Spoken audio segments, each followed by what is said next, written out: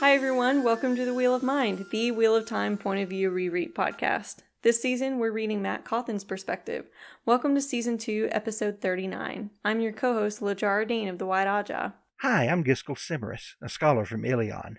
For any new listeners to our series, I want to remind you that The Wheel of Mind is an in-depth character reread podcast, so be warned, we may drop a spoiler from any book of the series at any time. So this is your only spoiler warning. Today we're examining chapters 52 and 53 of Towers of Midnight. So I'll get us kicked off with chapter 52 entitled Boots.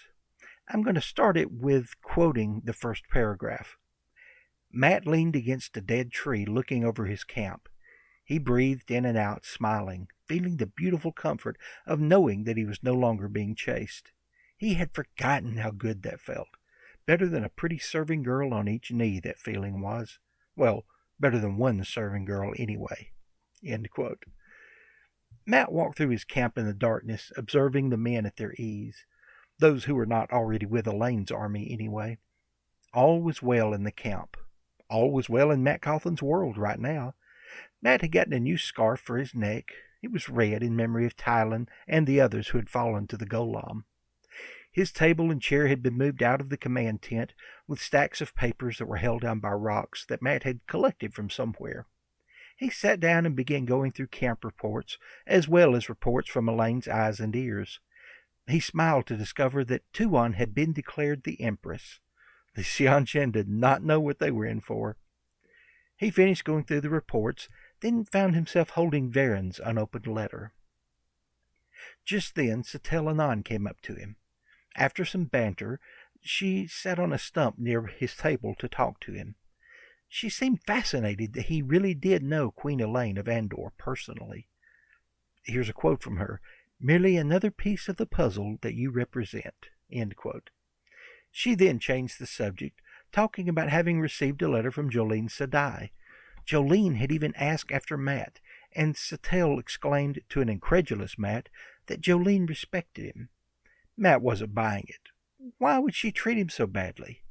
Quote, "Speaking such things to a man inflates his opinion of himself." End quote. But then, I guess she was Aes Sedai, and they pretty much treated everyone that way. Then it was Matt's turn to change the subject, asking her about her loss of the ability to channel. What was that like? Like never being able to taste your ma's sweet pies while everyone else could have all of them they wanted. Then she returned with, "Why do you hate Aes Sedai so much, Master Cawthon?" Matt said he didn't really hate them, he just didn't like being told what to do. Could that have something to do with his dislike of nobles as well? Then Matt explained to her, using his now famous boots analogy, how a simple man might only have 3 pair of boots and always knew when to wear which one. But a nobleman, well, noblemans were different. Talmanes, for example, had over 40 pairs of boots at home. Boots for different outfits, for different meetings with different people, even 1 pair for the bathing chamber. How could a man keep up with when to wear which pair of boots if he had 40 pairs? And then this quote from Satel. "I see. So you're using boots as a metaphor for the onus of responsibility and decision placed upon the aristocracy as they assume leadership of complex political and social positions." End quote. Metaphor for... Matt scowled. "Bloody ashes, woman. This isn't a metaphor for anything. It's just boots." Then she asked him about that gateway they had been promised to take her home. He'd had that arranged in a few days, just as soon as they returned from his upcoming important errand.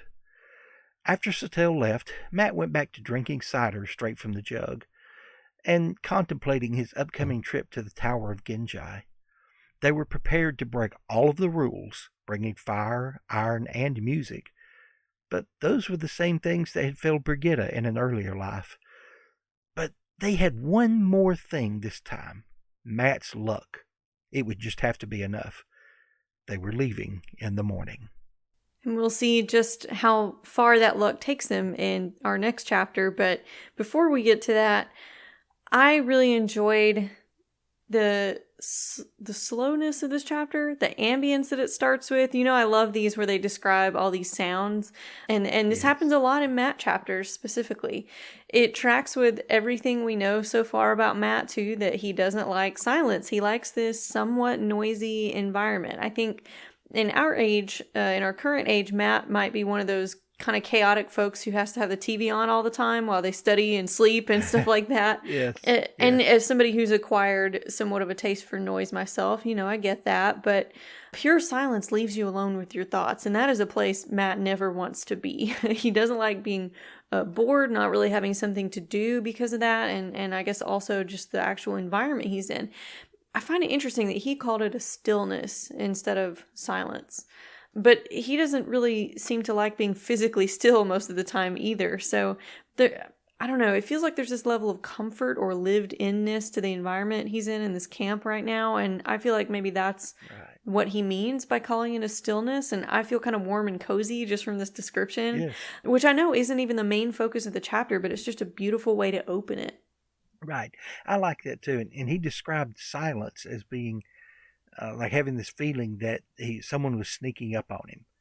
So, he didn't like that. And I like that description of it, but I didn't put that together with how silence left him alone with his thoughts. And when you said that, it's like the light came on. That's why he really does not like that level of silence. He would rather have just enough distractions to keep those things pushed back. Yeah, I think so. But then the tone of the chapter changes a little bit for sure when Mistress Anon comes up, and she throws shade at him right away that seems to go right over his head.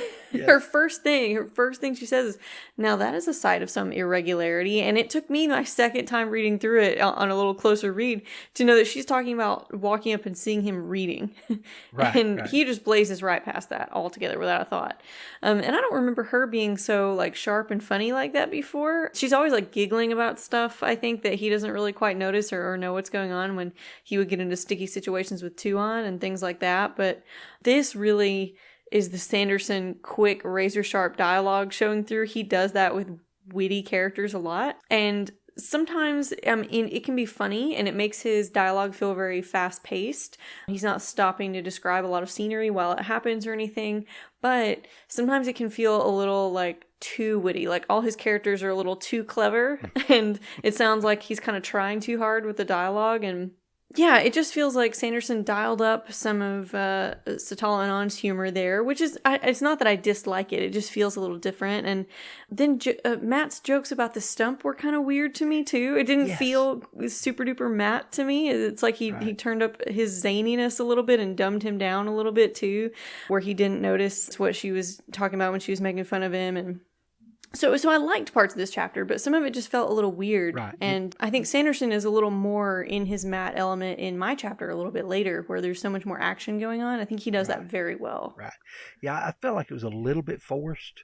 Now, as you said, the earlier parts of this chapter, well, of course, early on we had a different point of view, but the earlier parts of this Matt's point of view, the thoughts of his new scarf he had gotten, the black scarf he had thrown it down when he was leaving the inn, hunting down the golem or trying to lure the golem to him, because it had a hole in it anyway, and so he'd just gotten rid of it.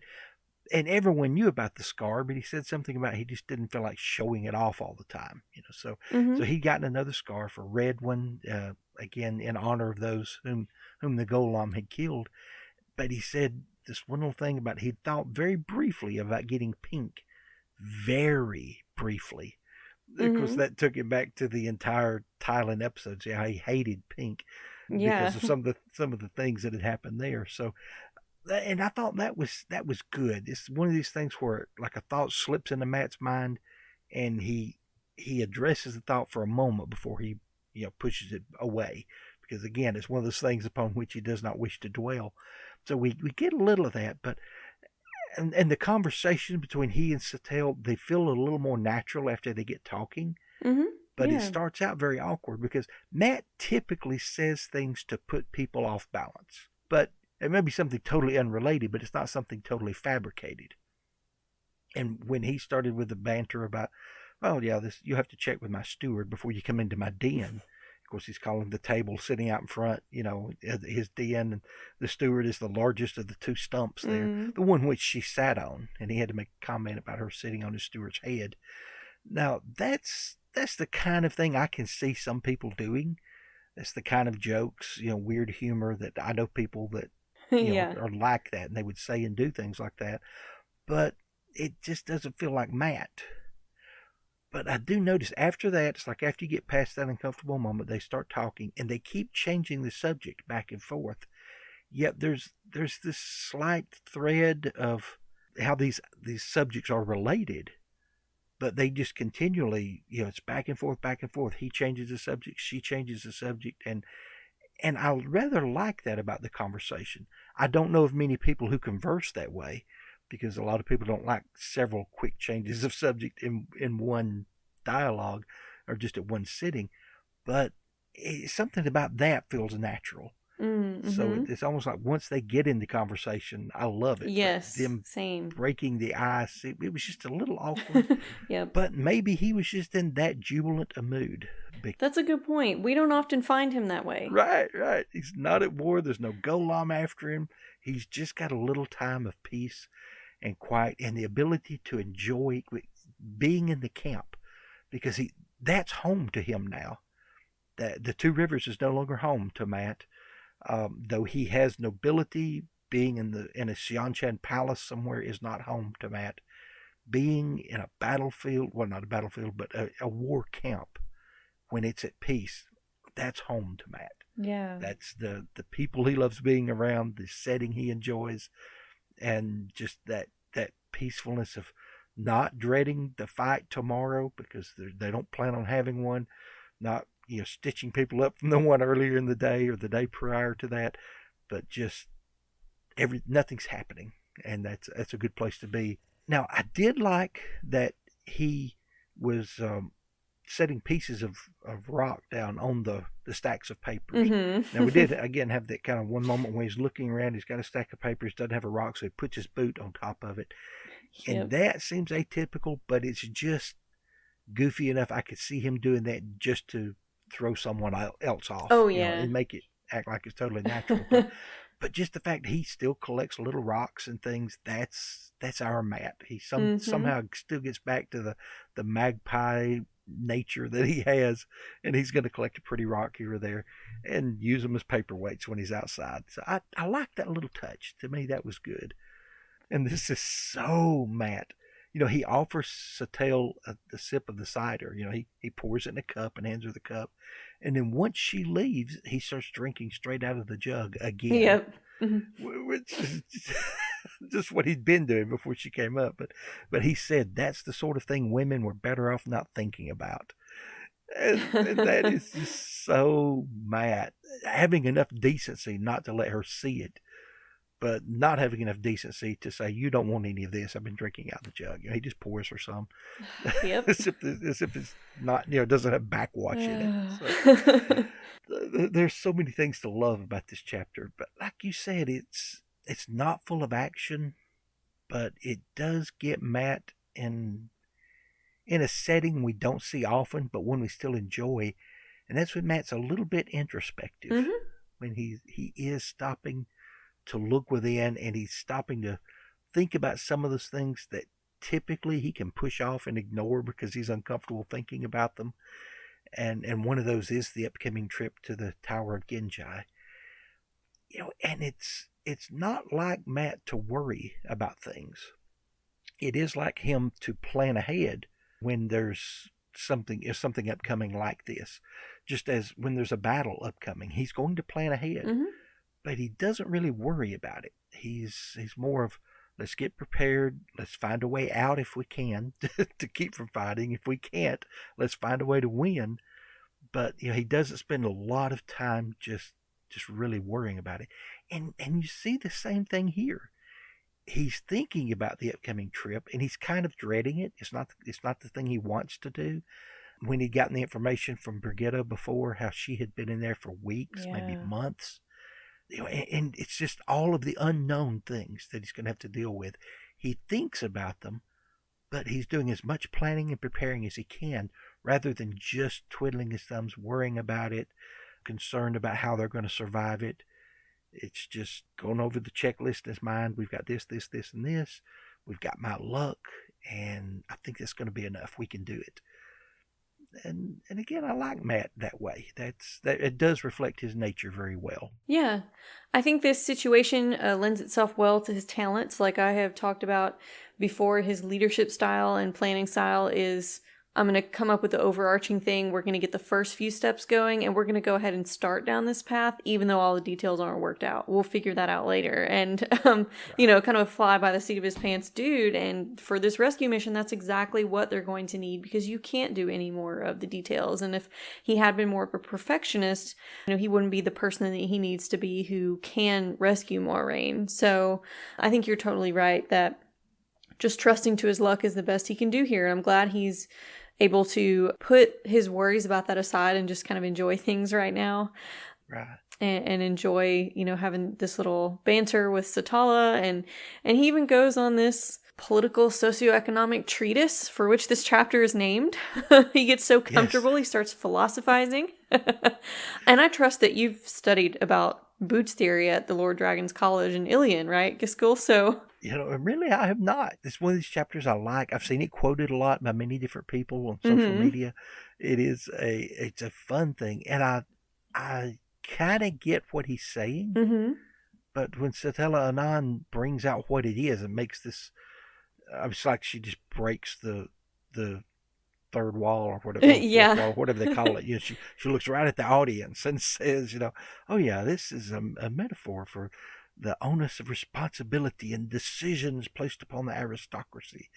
And it's exactly what it is in a sense. Right. But Matt's like, no, it's just Boots. Yeah. He just goes into this, it's almost like slapstick comedy, but you get the feeling he's being very serious. No, that's not what I meant. It's just Boots. And it's so confusing. I don't understand it.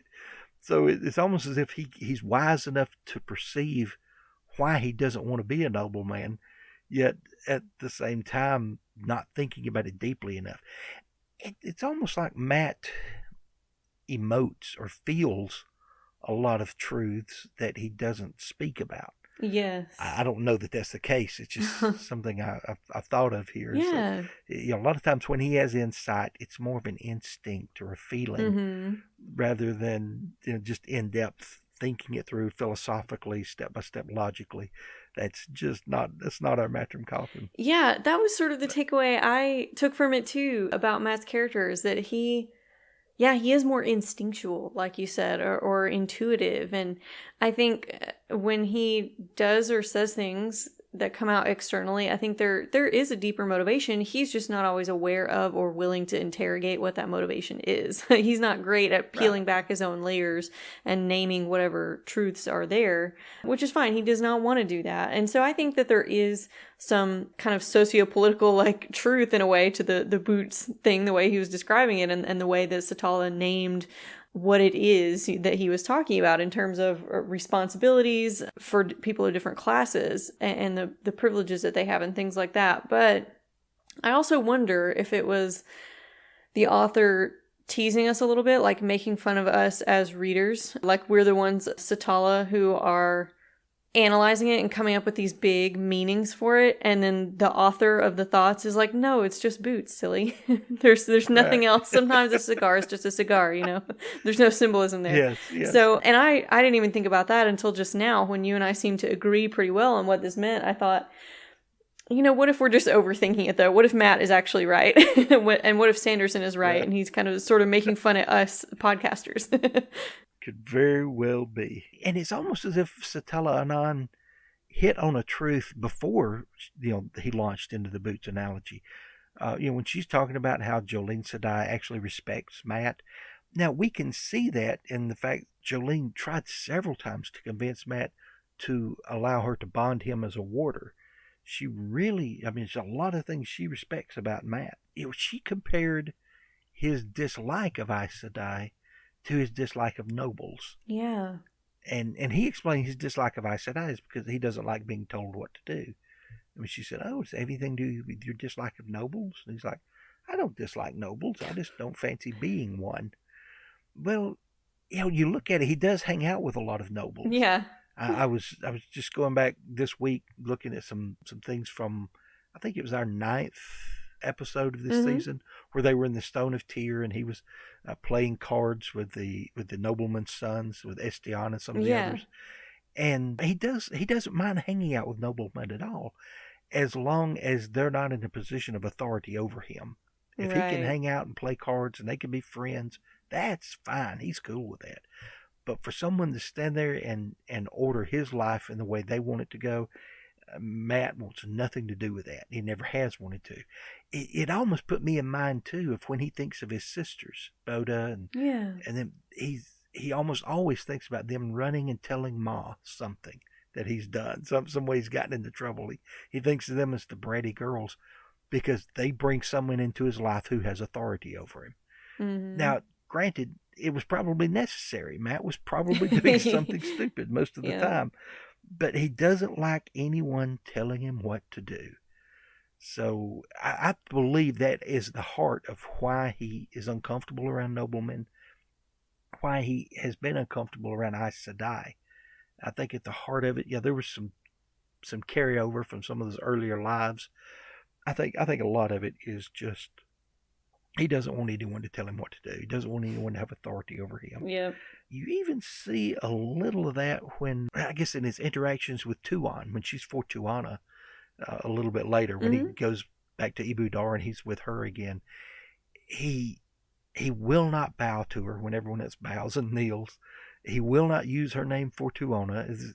He keeps doing these little things in a way to show, well, I'm your husband. I'm your equal. I'm not going to look at you as empress because I'm not going to let anybody tell me what to do. Yeah. I'm going to look at you as my wife, not as my empress. He's the one who's going to buck authority. And I like that about him, but if I were his boss and he my employee, I would hate him. Yep. If I were Aes Sedai working with him, I would hate him, He will be challenging. Yes, he is always going to challenge authority unless he is the authority. I guess it's a good way of summing it up, in my mind at least. Yeah. And he doesn't even really want power so much as just enough to get people off of his back, and just enough that he doesn't really have to do any work, but he doesn't enjoy dominating other people or anything, at least. Well, that's all I've got on this chapter. Do you have anything else to add? No, I think I've about wrung out my thoughts on it as well, so I'll go ahead and get into my summary of Chapter 53, Gateways. Cool, I've been so waiting for this. I know, right? We're finally getting into the beginning of our rescue mission, but first we have a couple of brief point of view changes to get through. It starts with a Pevara point of view, where she gets stuck at the Black Tower, which doesn't really have anything to do with the rest of our perspectives other than that she tries to make a gateway and it doesn't work. Then we move to Perrin's perspective, and he has hooked Matt up with a gateway by way of Jer Grady. And then Perrin stares at some armies. So his perspective is not particularly exciting there for the rest of it. And then we begin with Matt's point of view, where he's already through this gateway, and he's flanked by Tom on his left and Noel on his right, and they're staring at this gleaming tower in the distance, this spire. And he couldn't remember much of his first journey through this area, but even Shatter Logoth's evils couldn't make him forget this tower. He feels a tingle in his spine just seeing it and thinking about how unnatural it is. They walk up to it, and Tom opens it up with a bronze knife and the Snakes and Foxes game logo, which I think is going to be a new popular tattoo design, kind of like the Deathly Hallows one, but totally beside the point. It takes a second try to actually get an opening big enough, though, as he's carving this symbol. They're blinded by this light right as they cross the threshold, but once they're in there, it's really dark. And the environment is nonsensical, just like the other ones were, but in a different way from Matt's last two trips through the doorways. This time, there's not any of those columns or star shapes or strips of light going up to the ceiling or any creatures to greet them.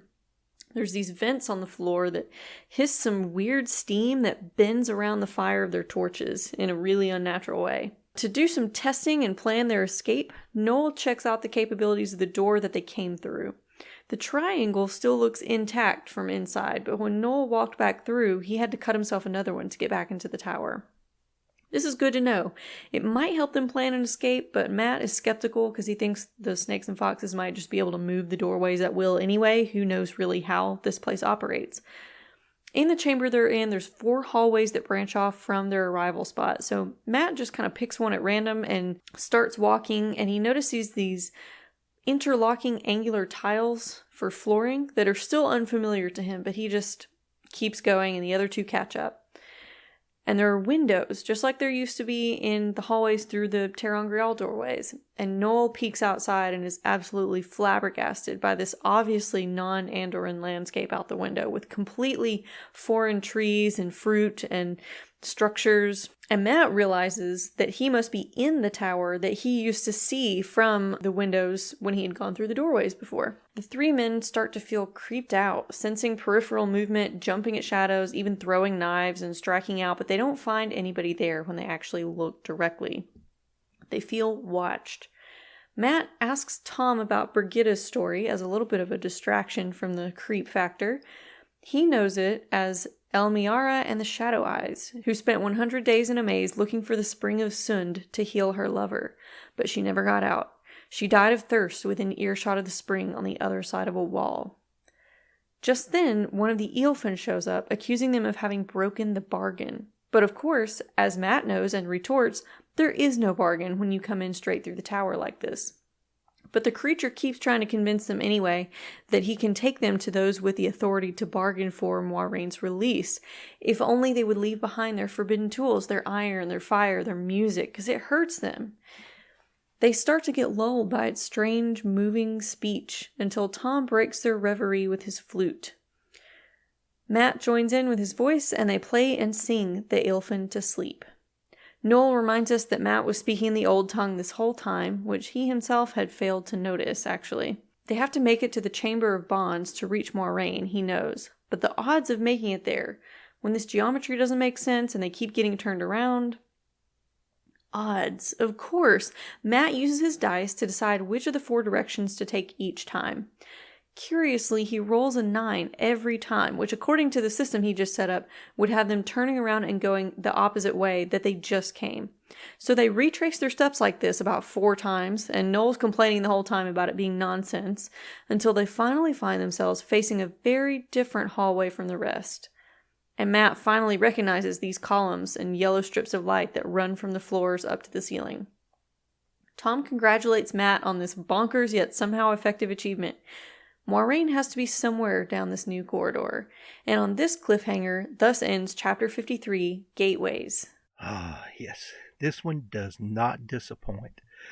We haven't yet gotten to the action, but man, the suspense builds and builds through this chapter till when you get to the end of the chapter, reading through or listening to on a reread, you just feel so much tension. It just ratcheted up because this place is so creepy. As you said, it has a very high creep factor. And you feel that in the way this is written. You feel that in the story. Possibly even more here than we had earlier when he came through the twisted stone doorways. There everything was new and everything was different, and we were all a little creeped out by how in one place, the hallway just seems to stretch on forever and ever. Towers on one side of the hallway once, and then on the other side the next time, and how they can pass the same doorway over and over and over, and until Matt gets angry. So all these things are weird, but here it's a lot more sinister because you're not only faced with the weird illogical landscape, but there's nothing to protect you this time. No, we didn't realize that the first time. We didn't know really about the bargains that were made and the safeties that are supposedly in place, but it's been explained to Matt now. So this time when we're there, we have that oddly familiarity. Yet we know at any moment anything could happen, because the Elfin and Eelfin just seem to appear. Now again, there's been a lot of debate about this world. I've heard some people say, no, it's our world. It's just one that is so different, so far away from our timeline, if you would, that there's nothing is recognizable. But I see this really as an entirely different planet. I think it's a little more Star Trek than it is Lord of the Rings. Yeah. And a lot of that would have to be the non-Euclidean geometry, the way things don't line up. And again, it makes sense in their world. It makes sense to them because they were designed for that world. Mm-hmm. But it is really as if, we use the term dimensions. I mean, height, width, depth, and time. It moves forward incrementally. Some of that is messed up. I think some of them are interchanged from here to there. So yeah. what we perceive as being crazy, going back and forth up and down the same hallway 3 or 4 times, because you have to end up at the same place. Well, that's not how their world works. Yeah. Because it's not the same hallway. So the shortest distance between 2 points is not always a line anymore. No. In fact, there really wouldn't be a straight line. I think one reason things look so weird is our bodies having been created for this universe, the way things are structured here. When we're translated there into that world, that something so alien, so weird, what we perceive as height and width and depth is not exactly how they perceive it, and it's consistent. And that's one of the points Matt made as well. Is they have rules to their world; they're just different than ours, but they have to be consistent, and that's why his luck got him on to what worked, and it gives them the edge they need. Still not without a lot of sacrifice before this is over, but it does give them the edge that they need. Mm-hmm. I mean, this is Matt's most memorable use of his luck to me. My first read through, it stood out a lot, and for some reason, it's not looming as large for me in my reread here. But I'm sort of just re-experiencing a little bit by remembering how I felt, all this wonder I felt, and this pride in him. I was so proud of how he had learned to use his powers and coming to this place of acceptance, really stepping into the role of hero and finally using his abilities. It's just this big triumphant feeling, kind of like when he found Komar in Tyr. That was the first time he did it. And he found Komar and Julian by just, kind of randomly pointing at the tavern, and then he randomly pointed at a place, and it was Mother Gwenna's shop. And if he had done that from the beginning, he would have gotten to those places even sooner. And then he did it again when he strategically lost for the first time that I can remember in the Hell in Madarin to save him and Tuon and get them out of there when people were getting suspicious. Him doing it for a third time here, to me, just really shows what a long way he has come. I do like that the answers about this strange land of the Elfin and Ilfin have been answered as far as why fire, the music, and the iron works. I had wondered about that with the with iron. I think we could pretty much figure that out. It's like the stories of the Fae. Iron is poisonous to them. So we can see that. We can figure that one out. But when you start dealing with the music, and all my times before, I thought, why would music, how would that be a weakness of theirs? How would that affect them? And then we get to find out here when Tom he gets enough of the back and forth from this crazy fox guy. He's like, I'm not doing it anymore. And he starts playing his flute. And I love, when you see the guy get drowsy and he's starting to fade out. You're like, that's the problem with the music. It puts them to sleep. It lulls them. It dulls their senses. But conversely, that's what his voice was starting to do to them. Yeah. And we didn't get any preparation for that before we went in. Right. Yeah, we weren't expecting that one at all. But they get you to drop your guard, drop your defenses first. They're somewhat on equal footing with them at this point because they both have a way to put the other off their guard or put the other at ease. The entire scenes with the fire and with the mist that is coming up from the water, the steam they see rising, how it's not hot like steam. And we see some of that a little bit later. It's almost as if that is the emotions of people that they feed on or somehow visually represents it. But the steam or the mist curls away from the fire. I don't know if it's the fire or the light. I mean, they have to have light in their world because Matt and everyone can see. But it may have to do with the brightness of the light. Because in my mind, I always imagine their world being very dim and very dark. Yeah. And maybe certain colored lights, yellow lights for one. And I can't remember if that was specific or if both of them had very dull yellowish lighting. But something about the torches and the lamps I don't know if it's a combination of light and heat or different frequencies of light, but it kind of blinds them, it dazzles them. But even that steam pulls away from it, which was just odd, and I can't really come up with a good description for why. But No. and I'm one of these people, I always want to know the why behind everything. But again, you just reach a point you have to accept it. It's okay. I don't understand the steam part, but yeah, these guys are somewhat blinded by it, a little put off. Literally, a deer in the headlights makes it difficult to think and difficult to react with the light shining on them. So yeah, I like being able to understand a little more about why they have those rules against people bringing those things through the doorways. Yeah, I'm surprised, just as weird as this place is and how the geometry doesn't seem to work and stuff. I'm actually surprised that the luck worked at all, but I'm relieved. I'm glad that that's the thing that finally fell into place and makes sense here. I like getting to know a little more about it, but it is still just mysterious enough to be scary. We know what they want. We kind of know how to defeat them, but it's not a place we would ever feel comfortable or want to go back to. No. And I think Matt appreciates the dangers better now than he ever has. When he went in before, he was really bumbling around. I mean, he was completely foolish. He kept confronting these very dangerous creatures, even after he went through the second doorway and saw the human leather on the eelfin. Right. He still was yelling at him and stuff. And now that he knows all the dangers, he's not just jumping in there impulsively. He still confronts them just as brashly as he did the first couple of times. And back then it was just foolishness. Now it's courage instead. I think the action from the outside might look the same. He's doing the same behavior, taunting and demanding from these creatures, but the context is different. And I think it shows some development. His reason for even being there is different. He was there for selfish reasons before. He wanted to know more of what his place was in the pattern or what he was supposed to be doing, because he was really confused about his ties to Rand and stuff like that. Not accepting of his Taviran nature, but now he's going in there selflessly, knowing that there's a huge risk that one of many possible outcomes is that he won't make it out.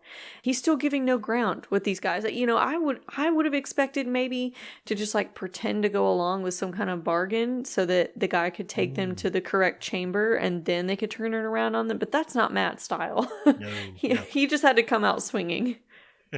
Yeah, and really, that's probably something he has to do. If he did play along, okay, yeah, let's see if we can get a little closer. There being no bargain, anything he says, or really any action he takes, will be used against him. Knowing that he's not going to give them any opening. He's not going to say anything that remotely sounds like a bargain, a deal, a trade, nothing. It's just all demands and no payment. At least that's his bargaining position. That's where he's starting from here. Yeah. And he's going to be that dissatisfied customer that's yelling for the manager, because I never saw Matt as a Karen before, but again, he's not doing that out of just personality. He's doing that for survival. That's a calculated decision to just demand right up front. No, we're not playing it your way. Any suggestion you make, we're doing something different. We're not going to go along with you at all. We're not going to work with you. Oh, yeah. And this is just, again, it feels so much like the satisfying everything clicking into place ending of Signs, where everybody's quirks are perfectly set up for things to happen the way they're supposed to. Right. So all of Matt's personality traits are just perfectly set up. His distaste for nobles and authority and being under control of anybody is what serves him well here, like you said, because, I think playing along probably wouldn't have worked, but that is my style and how I probably would have tried to do it. And I think Tom was like, maybe we can bargain with them too. And, I'm just glad they didn't go that route. But Matt is very, very stubborn. He's got the Two Rivers stubbornness, but he has his own particular quirky traits as well that are not necessarily just a part of his culture. And he's so stubborn that he didn't get lulled as quickly as everybody else by the creature's voice. He was aware enough to remind Tom to play music, and Tom still had to be like, what? And then, oh, okay, and get out the flute, so that he probably wouldn't have been able to shake himself out of it if Matt had not prompted him. Right. That strength of will reminds me of other strong-willed characters that can break compulsion-like constraints too. Now I think compulsion weaves are very different in structure and maybe even mechanism than this lulling musical speech. But I guess what I'm talking about is those effects of just being a strong-willed person where you have some kind of impulse to resist. Like Morghese finds a way to shake free of Ravin enough to go visit Lenny. And that's her ticket to freedom. Nynaeve has her braid tugging resistance, like when Mogideon comes and puts the girls under compulsion for the first time. Nynaeve's hands are on that braid, and she has some kind of muscle memory about it. Even though she couldn't tell you what had just happened, her body still knows, and it brings that back up. And she's able to recognize the woman when she tugs her braid again, when she sees her in the Panarch's museum. I don't remember what they call it. It's not a museum, but yeah. So I just love seeing Matt's big moment here of being strong-willed, which is many times a really annoying trait, but it's exactly what he needed to shake everybody out of their reverie, or else they would have feasted on his eyeball a lot sooner and then wouldn't have stopped there. Right. Probably would have been the rest of it. The other two, I think part of it, because they're both strong-willed people. We've talked before how much Noel is like Matt in so many different ways. Noel has also had some compulsion, some ties with the dark side, if you would, and so he's trying to break free of some of that, and he's still a work in progress. But yeah, he's trying to break free of those things and live a different life and be a different person. Tom is just a strong character, but I don't see where Matt really gave him a lot of detail about this world ahead of time. He did tell him the story, and he left some things out, obviously, just as Matt always does. Yeah. But, I don't know if he ever sat down and told him a little more later, or if he let them infer from his first story and the game of snakes and foxes, and just assume that they'd be able to catch up. Yeah. I get the idea they were, not starstruck. I can't think of the word I'm trying to say, but they were so in awe of being in such a strange and different place, and everything seeming and feeling and smelling so weird, and just having this intense feeling of being watched is so off-putting that I think it would be easy to forget. Oh yeah, I need to play some music, or oh yeah, I need to stop playing music, or I need to do whatever, because they're struggling so badly with the entire concept of where they are. Yeah. That they weren't forgetting the mission, but they couldn't keep all the details in mind. Matt has been here before. Yeah, he's got an advantage. Of course, right. Not the same hallway, not the same room. He knew how weird it would feel, so he's really on guard against that. He was prepared for that. I don't think he prepared the other two. Matt may be a great general, but he's not a great tour guide. He did not.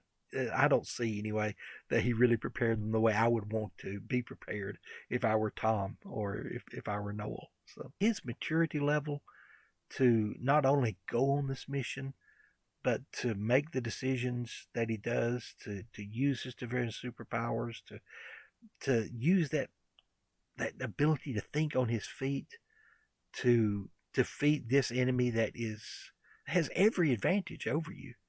It really shows us just how much Matt has grown from that first time he stumbled through the twisted stone doorway underneath Tyr. He's so different now. Yeah. Just as before, his anger was just, he was so upset. And he kept trying to go back through the doorway again, and it wouldn't work. Yeah. He was going to give them what for. Well, now he's got that anger, but it's controlled. Yeah. And he's going to use it to defeat them. He's not just going to run around like a bull in a china shop. He is going to find a way to get some from them, to get his own from them, and he does. And he still got to do it for the most part on his terms so far. He still hasn't had to crack a book to learn anything about it. If that was what it took, he wouldn't be here. I read sometimes. Oh, I do love that. You're right. I hadn't looked at it that way. But those are about all my thoughts on this chapter. What about you? No, that's it. We've covered it all. I hope you'll all join us next time for episode 40, when we'll cover the Towers of Midnight, chapters 54, 55, and 57. Subscribe to Wheel of Mind on Podbean, Stitcher, Google Play, Apple, Spotify, or YouTube, and that last one is under the name Lajaradane, Lajaradayne, to get notified when a new episode drops every Wednesday. Leave us some feedback by rating and reviewing on your preferred podcast listening platform or by contacting us through email at lajaradane@gmail.com.